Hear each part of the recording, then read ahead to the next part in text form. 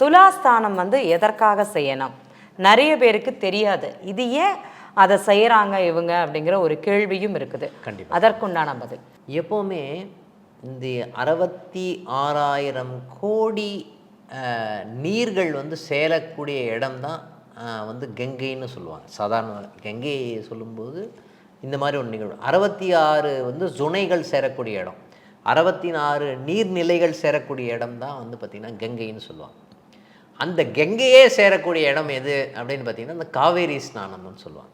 அந்த காவேரியே அந்த இடத்துல வருமா. முக்கியமாக அந்த காவேரி எங்கே இருக்குது? நம்ம தமிழ்நாட்டில் இருக்குதுன்னு நமக்கு மேஜராக தமிழ்நாட்டில் தான் பாயுது. ஆக்சுவலாக காவிரி எங்கேயோ உற்பத்தி ஆனால் கூட தமிழ்நாட்டில் தான் பாயுது.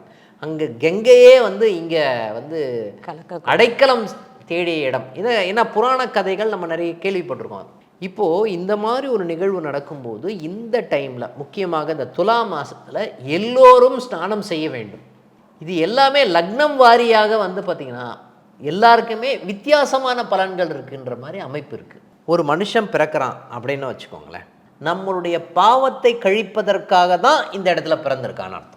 இந்த ஜென்மம் இந்த பாவத்தை போக்குவதற்கான இந்த ஜென்மம்னா அவன் ஒரு இடத்துல ஒரு காலகட்டத்தில் எல்லா வாழ்க்கையும் முடிச்சுட்டு கடைசியில் போகக்கூடிய இடமே பார்த்திங்கன்னா கங்கையில் போய் குளிக்கணும்னு சொல்லுவாங்க. லக்னத்துக்கு ஏற்ற மாதிரி இந்த பலன் இருக்கான்னா இருக்குது. அது எல்லாமே மறைக்கப்பட்ட ரகசியமாக இருக்கக்கூடிய தன்மை இருக்குதுன்னு சொல்லலாம்.